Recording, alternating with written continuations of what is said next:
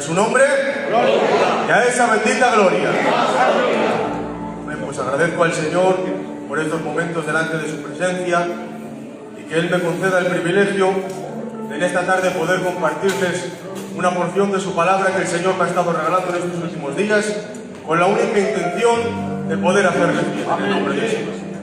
Vamos a ir a la palabra, al libro de Números, capítulo 11 y verso 4 en adelante. Leemos en el nombre del Padre, del Hijo y del Espíritu Santo.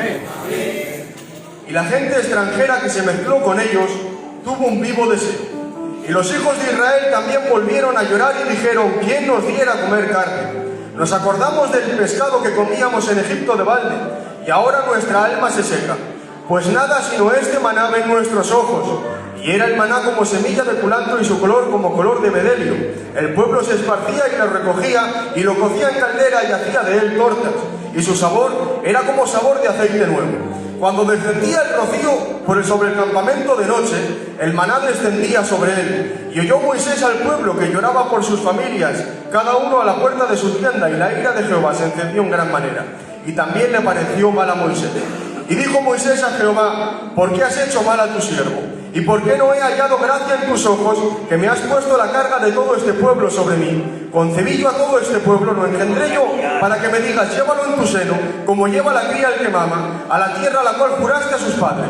¿De dónde conseguiré yo carne para dar a todo este pueblo? Porque lloran a mí diciendo: danos carne que comamos.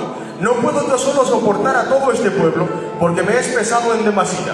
Y si así lo haces tú conmigo, yo te ruego que me des muerte si he hallado gracia en tus ojos, para que yo no vea mi mal. Amén, amén a su palabra. Amén.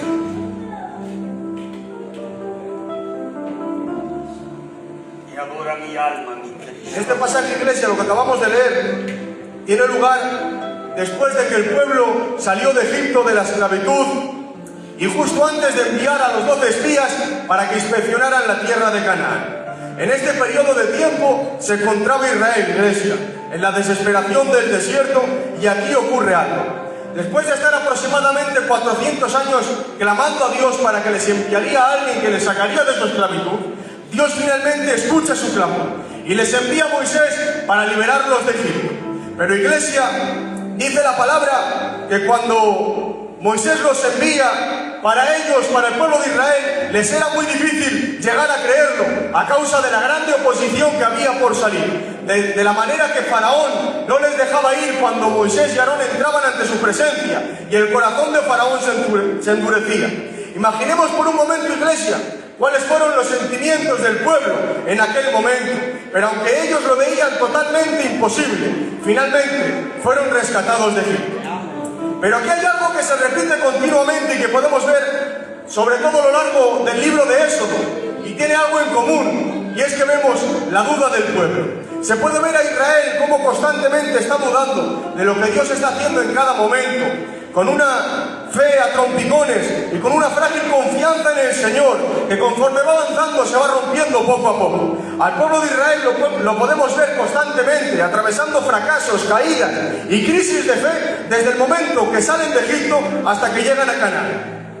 Aunque, iglesia, esta generación eran unos privilegiados porque posiblemente fueron la generación que más gloria y que más milagros habían podido contemplar, porque pudieron vivir en primera persona cómo el Señor enviaba plagas sobre Egipto y ellos salían ilesos y no les pasaba nada. Tuvieron el privilegio de presenciar el día de la Pascua, cuando pasaba el heridor y mataba a todos los primogénitos, mientras ellos eran liberados por la sangre manchada en los dinteles de sus puertas. Y ahora, iglesia, salen de Egipto dejando atrás la esclavitud, pero ahora otra vez viene la duda, porque ven cómo el mar rojo les hace barrera enfrente y los egipcios les seguían detrás, y el pueblo otra vez duda del Señor. Pero ahí estaba Moisés para hacerle capaz el Señor que con una vara abrieran dos el mar rojo y que el pueblo pasaría en seco. Se encontraron con muchas dificultades, iglesia, pero en medio de todas ellas aparecía Dios para rescatarles y para darles la salida. Pero se encontraron con la oposición del desierto y ahí dudaron otra vez de Dios. Pero aunque el pueblo estuviera cansado y lleno de dudas, además de esto cometieron un fallo, iglesia, y es que dice la Biblia que dieron lugar a la gente extranjera que se había mezclado con ellos al salir de Egipto. Y por causa de ellos ahora el pueblo tiene un vivo deseo. Y dicen, ¿quién nos diera a comer carne? Este fue el peligro, iglesia, de salir de Egipto y andar por el desierto mezclando con gente que no era de Israel. Porque siendo el pueblo de Dios se dejaron influenciar por los deseos egipcios y como consecuencia de esto pecaron contra Dios. Y hoy, iglesia, quiero lanzarte una palabra. Es que en medio de tu crisis de fe no te dejes influenciar por los deseos extranjeros. No le des oído al externo. No escuches las voces negativas que te quieren dar la razón para verte desprovisto en el desierto y de esa manera atacar a tu mente haciéndote pensar que estabas mejor en Egipto. Déjame decirte que no hagas caso de esas acusaciones que te quieren hacer pecar contra Dios.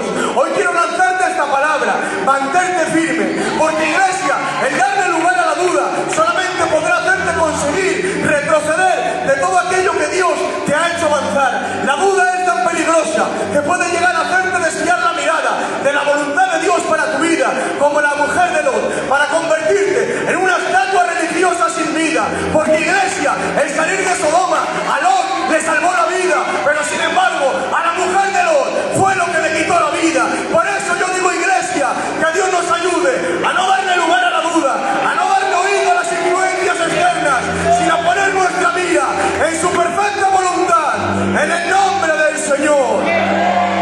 Fuertes aplausos para el Señor.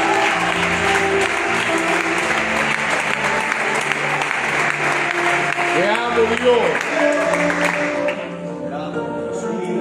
Porque la influencia extranjera te hace despreciar el maná del cielo para codiciar un alimento de esclavo. A Israel, el escuchar los deseos desordenados de los demás, le hizo acordarse de Dios, de dónde Dios lo había sacado, pero lo hacía para darle más importancia a la comodidad de conseguir alimento en Egipto que a la grande esclavitud que les tenía oprimidos. Y en estos versos, iglesia, podemos ver a Israel como un pueblo libre, pero con deseos de esclavo. Cuestionaban su poder y no les bastaba con lo que había hecho Dios, llevándoles al desierto. Qué difícil lo veían para conseguirlo, pero qué fácil lo despreciaron. Porque aunque tenían la meta puesta en la tierra prometida, no estaban dispuestos a pasar por las dificultades que el desierto conllevaba. Y llegamos a este punto, donde el pueblo de Israel tenía apetito en medio del desierto. Se acostumbraron tanto a vivir en la libertad que Dios les había dado, que llegaron a recordar la comodidad de Egipto, pero no lo acordaban de la incertidumbre que les tenía esclavizados en Egipto, como los egipcios les obligaban a hacer ladrillos con barro. Pero si nos damos de cuenta, iglesia, en este pasaje en ningún momento la Biblia nombra que el pueblo quisiera volverse atrás, que el pueblo quisiera retroceder, y eso no lo dice la Biblia, sino que fue aún peor. La actitud que tomó el pueblo fue que querían seguir el plan de Dios, pero con el alimento de Egipto. Quisieron hacer del desierto un lugar cómodo y un lugar sin responsabilidades.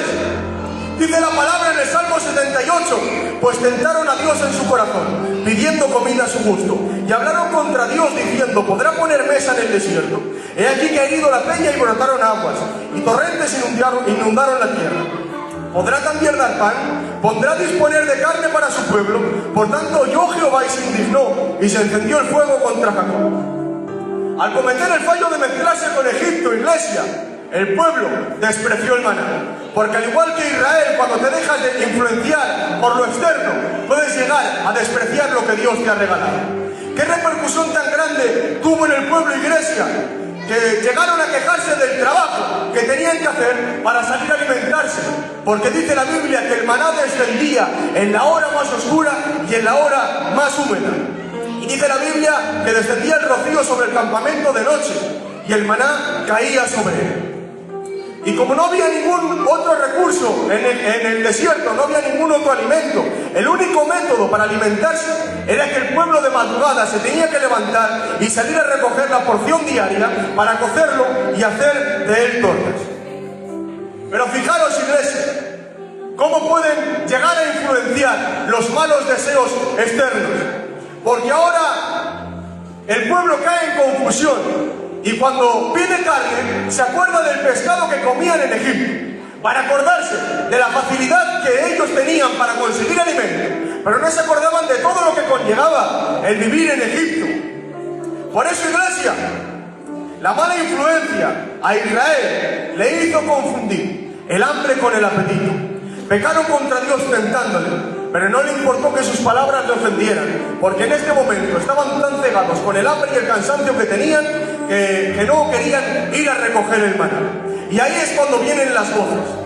Ahí es cuando vienen las voces de los enemigos bombardeando tu mente y decirte que estás mejor en Egipto, que en Egipto no hace falta madrugar, que en Egipto puedes comer lo que quieras, pero un mal momento, iglesia, de cansancio, un mal momento de hambre, donde estamos en ese momento que somos propensos a caer, en ese momento que estamos propensos a fallar, iglesia, un mal momento o una mala situación no justifica un mal deseo desordenado, porque una mala decisión para aliviar el presente te puede llegar a destruir el futuro, como a Saúl. Dice la Biblia que Isaac tenía 2 hijos, que desde el vientre ya estaban peleando por quién iba a ser el primogénito. Y dice la Biblia que primero nace Saúl y del talón agarrados nace Jacob. Y ahora, iglesia, Esaú, siendo el primogénito, no tenía que hacer nada para conseguir la primogenitura, porque ya la tenía, ya la había recibido, había nacido siendo el primogénito. Pero sin embargo ahora tenía que vivir con la responsabilidad y con la atención de que estaba conviviendo en un ambiente donde había un hermano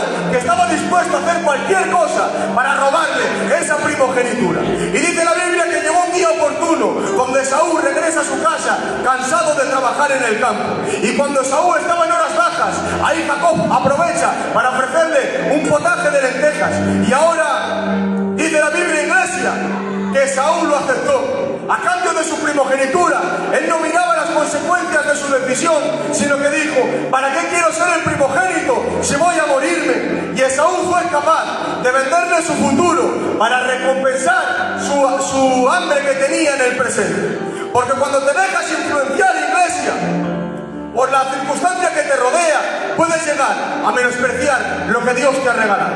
Pero aunque no era consciente de lo que había hecho, más adelante dice la Biblia que se acercó donde su padre Isaac para reclamar la bendición. Pero aquí es cuando se dio de cuenta de las consecuencias que tuvo el vender la primogenitura a su hermano Jacob. Porque, iglesia, hay hermanos que son capaces de vender la primogenitura en lo secreto y luego esperan ser bendecidos en público.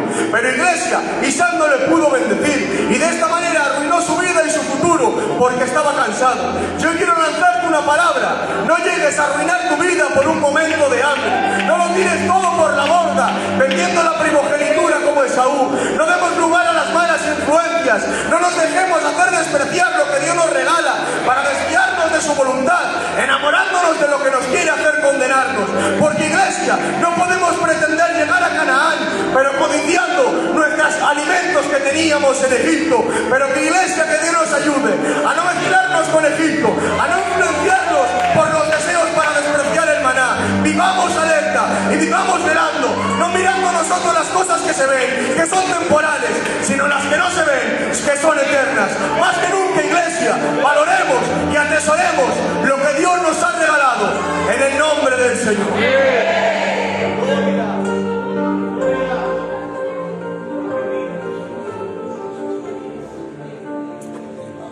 Te alabo a ti, Rey. Recibe toda la Porque cuando te dejas influenciar por lo externo, desprecias el maná. Esaú despreció la primogenitura y perdió la bendición. Pero aquí parece que hay algo contradictorio, porque el pueblo, aunque despreció el maná, sin embargo, el maná, dice la Biblia, que nunca cesó hasta que llegaron a Canaán. Porque aunque Esaú ya no era el primogénito, para Isaac no había dejado de ser su hijo. Y de la misma manera sucedió con el maná. Aunque el pueblo lo despreció, el maná siempre estaba, porque el maná no dependía de las acciones o de los deseos que tenía el pueblo, sino que el maná provenía directamente del amor de Dios. Y mientras se encontrarían en el desierto, nunca podrían decir que les había faltado alimento. Si recuerdan, la iglesia, la parábola del hijo pródigo que todos conocemos, dice la Biblia que el padre le permitió al hijo menor que se marchara de la casa y que satisfaciera sus deseos que tenía de irse. Le permite que se marche fuera, le permite que gaste todos sus bienes, incluso que viva perdidamente, porque el padre no quiere hijos dentro de la casa que tengan el corazón fuera. Pero cuando el hijo se va de la casa y lo gasta todo, en este momento se le acabaron todos sus recursos. Y ahora el hijo se ve acabado, se ve sin recursos y se ve sin nada, deseando comer de las algarrobas que comían los cerdos. Pero dice la Biblia que reconociendo su error, volviendo en sí, dijo: ¿cuántos jornaleros? En la casa de mi padre tienen abundancia de pan, y yo aquí perezco de hambre. Me levantaré, iré a la casa de mi padre y le diré: Padre, he pecado contra el cielo y contra ti, y no merezco ser llamado tu hijo. Hazme como uno de tus jornaleros. Si se dan de cuenta, iglesia, aquí el hambre fue el motivo por el que al hijo le hizo acordarse de su padre.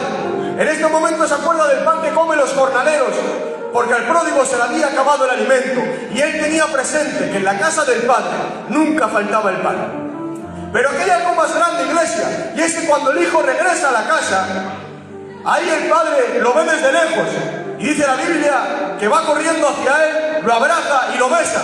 Y ahora, después de esto, el hijo le mira a su padre y le dice: Padre, he pecado contra el cielo y contra ti, y no merezco ser llamado tu hijo. Pero ahora, iglesia, aquí el padre no le deja seguir hablando, no le hizo falta pedirle ser un jornalero, porque rápidamente lo corta y llama a sus siervos y le dice: traer el mejor vestido, poner anillo en su mano, calzado en sus pies, y matar al mejor becerro y preparar una gran fiesta. Y ahora el hijo pródigo escucha: porque este es mi hijo, que se había perdido y ha sido encontrado.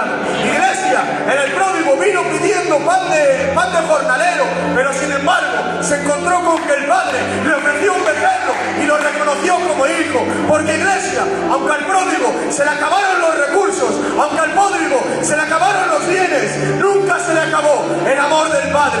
Esto también lo podemos ver, iglesia, cuando el pueblo de Israel estaba en pecado. Tiene que escribir el profeta Isaías en el capítulo 1 diciendo: crié hijos y los engrandecí, y ellos se rebelaron contra mí.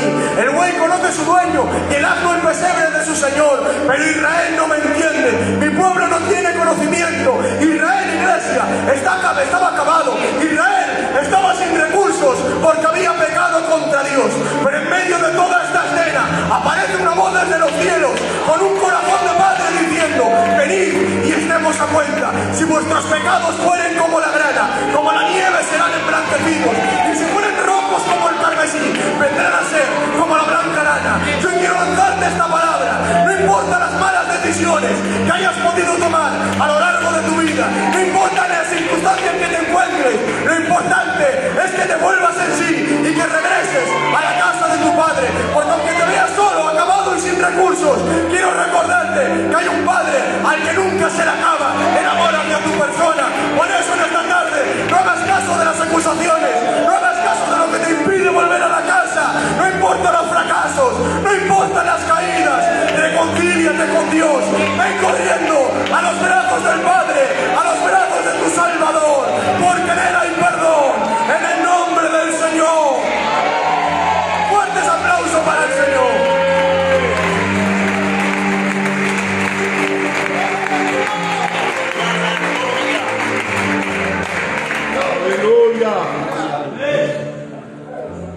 Y seguimos leyendo el Salmo 78, donde dice: sin embargo mandó a las nubes de arriba y abrió las puertas de los cielos e hizo llover sobre ellos maná para que comiesen, y les dio trigo de los cielos.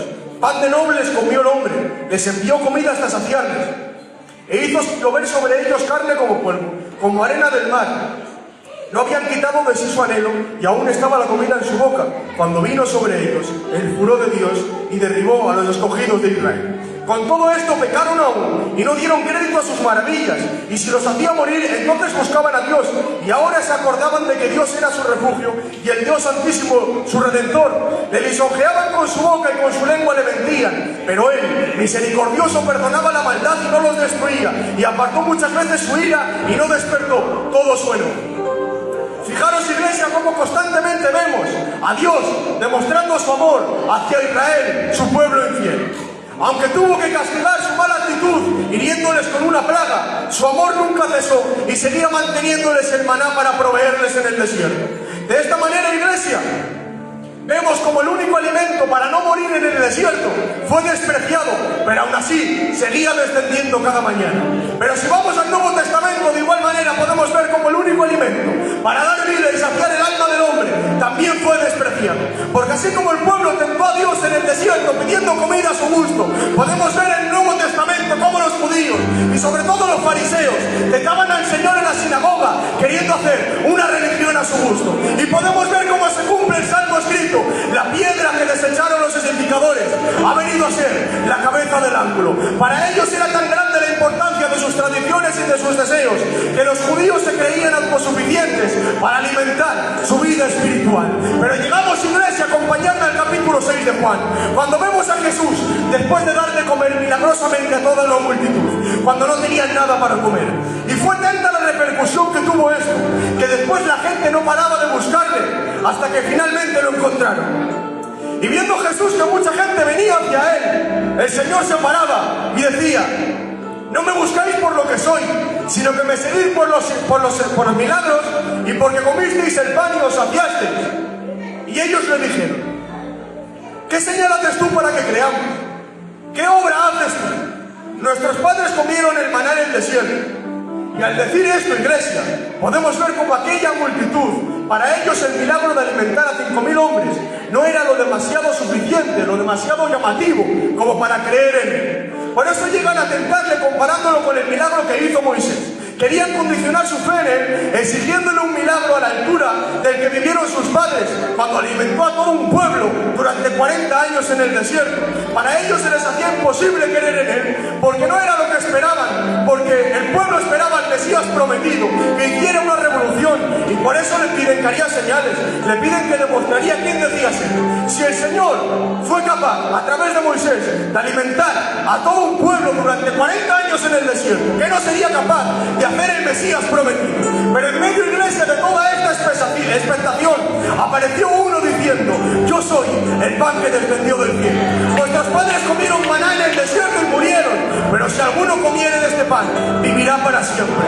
Este maná, iglesia, tenía tanta categoría que prefería ser despreciado antes que ser comido por apetito. Por eso les dice: yo soy el pan de vida, el que a mí viene no tendrá hambre de jamás, y el que en mí cree jamás tendrá sed. Porque Jesús, iglesia, no vino para sanar los apetitos de los hombres carnales, sino que Cristo vino a la tierra para que en medio de este mundo de maldad y de pecado todos podamos acceder al único alimento que es capaz de dar vida, y vida en abundancia, en el nombre del Señor.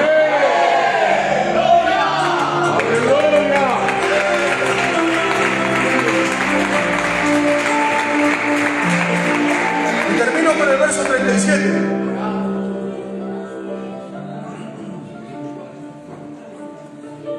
El Señor Jesús les dice: al que a mí viene, yo no le echo fuera. ¿Pero por qué causa dijo esto, iglesia? Jesús responde esto porque nada más salir de Egipto, cuando el pueblo de Israel pecaba, estaban acostumbrados a tener siempre el respaldo de Moisés, intercediendo y hablando con Dios a favor de ellos. En cada duda, en cada caída, en cada fracaso, cuando el pueblo no entendía nada, acudía a Moisés. Y ahí estaba Moisés para calmarlos. Ahí estaba Moisés para darles la salida en cada situación. El pueblo peca, desobedece a Dios, se hace un becerro, pero ahí estaba Moisés, intercediendo y clamando a Dios para que no los destruyera. Pero ahora llegaron a este punto en el que se quejaron del maná y pedían carne en medio del desierto. Y aquí Moisés, iglesia, se alza. Aquí Moisés se queja y ya no aguantaba más y tiene que decir a Dios: concebí yo a todo este pueblo, lo engendré yo para que me obligues a llevarlo. Señor, ¿de dónde conseguiré yo carne para todo este pueblo? No puedo yo solo soportarlo, me es pesado en demasía. Y si así lo haces tú conmigo, yo te ruego que me quites la vida, que me des muerte, para que yo no vea mi mal. Aquí Moisés ya no puede más, Moisés no lo soporta y pide incluso la muerte.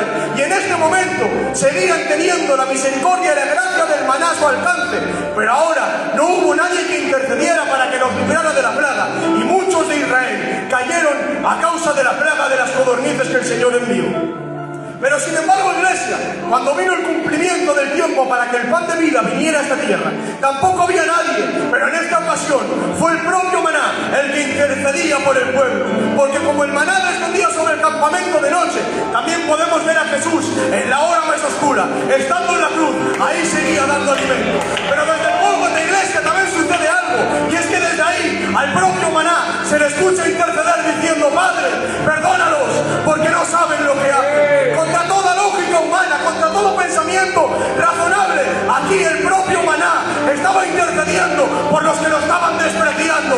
Cuando Moisés vio el pecado del pueblo, rápidamente pedía la muerte, quería saber nada de ellos. Y por eso Moisés no pudo liberar al pueblo de la plaga. Pero sin embargo, cuando toda la humanidad estaba condenada a morir en el infierno por causa del pecado, ahí Cristo vino y Él estuvo dispuesto a morir siendo inocente para liberarnos del infierno. Y ahora, iglesia, llegamos al Gólgota y lo vemos coronado de espinas, lo vemos clavado de pies y manos y crucificado con dos malhechores a su lado. Pero en lugar de pedir la muerte para que todo el dolor se acabe cuanto antes, ocurre algo diferente a lo que nosotros podamos llegar a imaginar. Aquí Jesús, iglesia, no pide la muerte, porque para Él la cruz no era un problema o una situación que evitar, sino que la cruz fue el motivo para venir a la tierra. Y no solamente eso, sino que en medio del silencio del Calvario se escucha irrumpir a un ladrón diciendo: Maestro, acuérdate de mí cuando vengas en tu reino. Y aquí, iglesia, Jesús no lo desprecia, Jesús no lo ignora, Jesús no dice que no quiere saber nada de Él, sino todo lo contrario, porque estando en la cruz le atiende y le dice: tranquilo, porque hoy estarás conmigo en el paraíso. Aunque estando crucificado, seguía restaurando, aunque estaba herido, seguía sanando, iglesia, aunque estaba desamparado, seguía dando esperanza, y aunque estaba a punto de morir, seguía transmitiendo vida. Por eso quiero lanzarte esta palabra: no podemos depender del ambiente, no podemos depender de los hombres, no dependamos de las administraciones eclesiásticas para saciar nuestra alma. Iglesia, dependamos única y exclusivamente de Dios, de Dios, de Dios, porque solamente en Él estamos completos. En el nombre del Señor. Fuertes aplausos y que el Señor le bendiga mucho.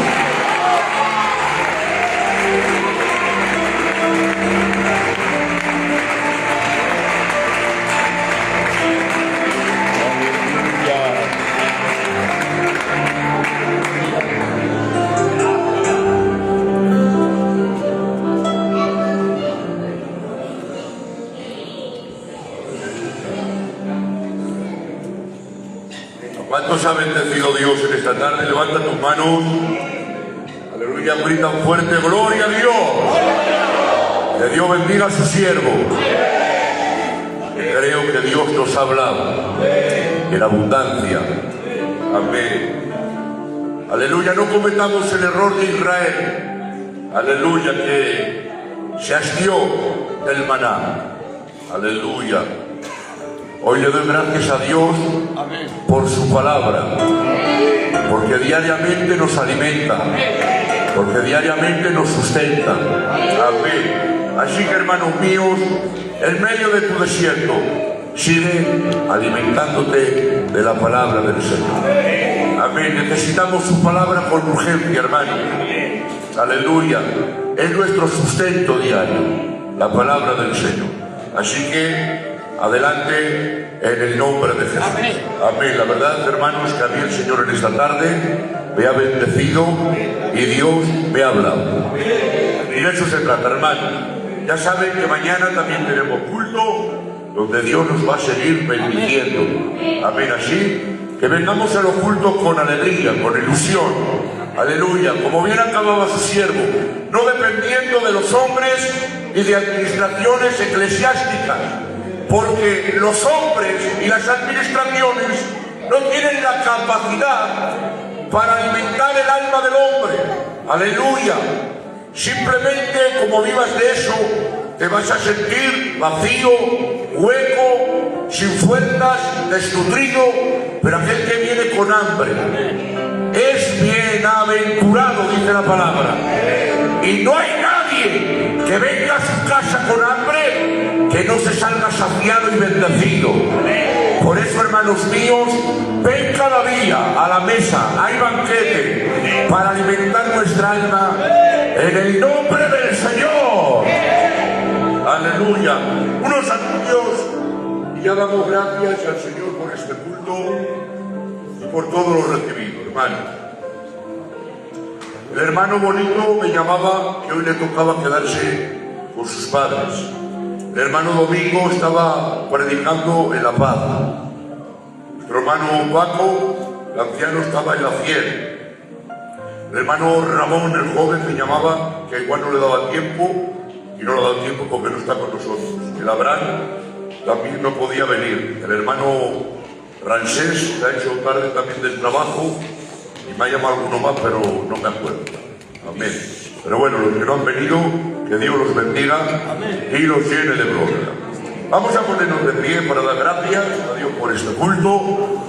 Aleluya, decimos el servicio de la ofrenda.